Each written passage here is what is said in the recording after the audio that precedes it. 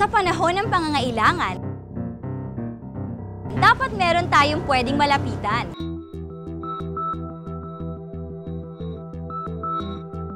Malapitan? Si Oka yan! Tandaang Oscar Oka Malapitan para Mayor. Iboto! Oka, Oka Malapitan. Oka, Oka Malapitan. Oka, Oka Malapitan. Pero teka, sino nga ba si Honorable Oka Malapitan? Ipinanganak noong June 14, 1955. Si Oka ay lumaking disiplinado dahil sa impluwensya ng kanyang ama, si Colonel Vicente Malapitan, na isang sundalo, dentist at abogado, at ng kanyang ina na si Josefina Gonzales na isang public school teacher. Ano bang karanasan niyan sa serbisyo publiko?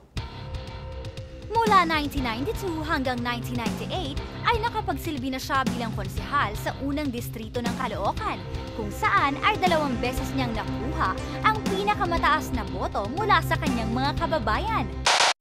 Hindi lang yun, mula 1998 hanggang 2001 ay nagsilbi siyang vice-alkalde ng lungsod ng Caloocan at siya ang hinirang na presidente ng Vice Mayor's League of the Philippines at naging chairman din ng Anti-Drug Abuse Council.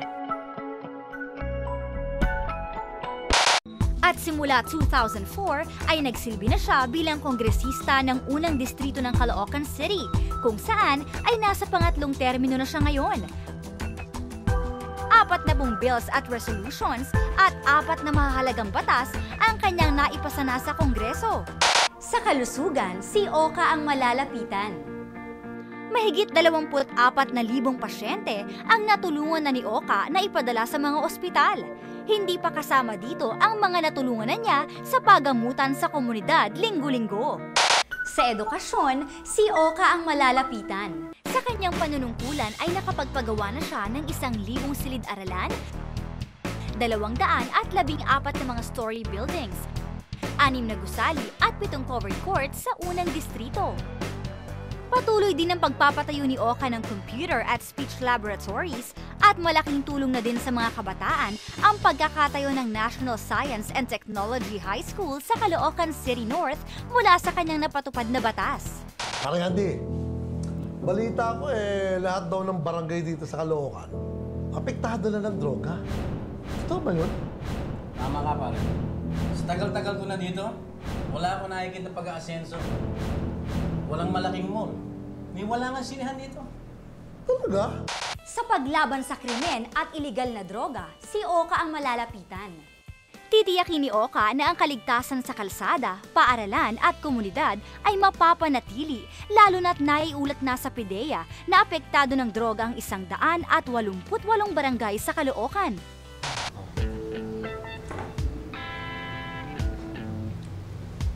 Uy, ano man itong kape nyo? Walang kalasa-lasa. Wala nga Starbucks o matinong coffee shop dito sa Caloocan, no? Sa malagong pamumuhunan, negosyo at trabaho, si Oka ang malalapitan. Naniniwala si Oka sa negosyo na hindi lang makakapagpayaman sa tao, kundi sa mismong bayan ng Caloocan. Nais din ni Oka malapitan magamit ang mga bakanteng lupa along Congressional Road para sa kanyang urban renewal program.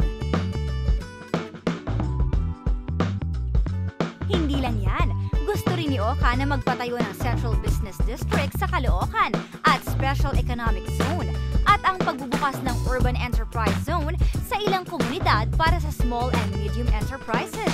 Sa kaunlaran ng Caloocan, si Oka ang malalapitan.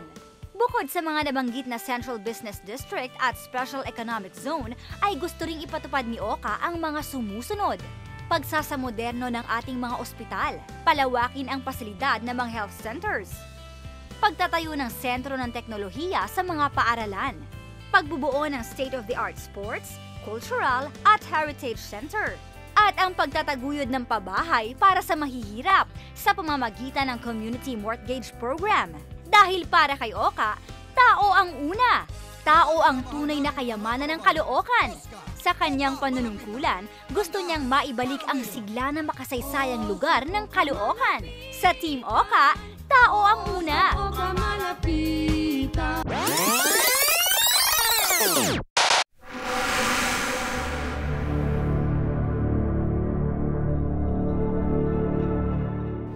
Diosdado Macapagal Medical Center. Pero ang tawag nga nila dito, Diosdado Macapatay Medical Center. Alam niyo na siguro kung bakit.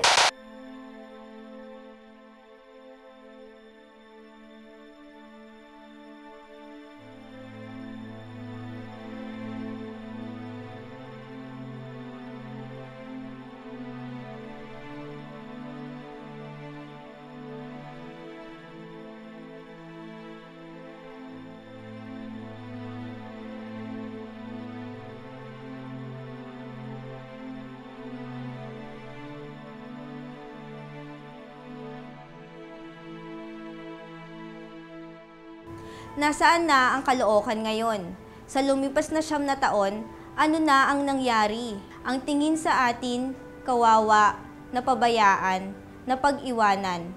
Hindi ganap na syudad. Kaya lumalapit ako sa inyo ngayon, hindi bilang anak ng isang kandidato, kundi bilang isang mamamayang nagmamahal sa Caloocan. Panahon na para tapusin ang kahirapan.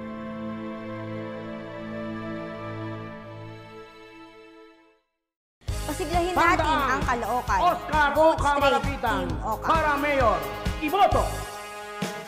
Oka, oka, malapitan. Oka, oka, malapitan.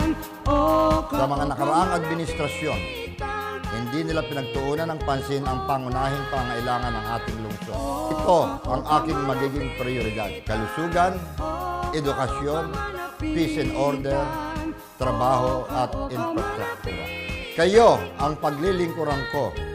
Kaya sa aking administrasyon, tao ang una. Oka Malapitan po para alkalde ng lungsod ng Caloocan. Tao ang una para kay Oka. Dahil simula ngayon, sa bagong panimula ng Caloocan, ang bawat kababayan natin ay magiging proud sa Oka. Outstanding Caloocan, asensado!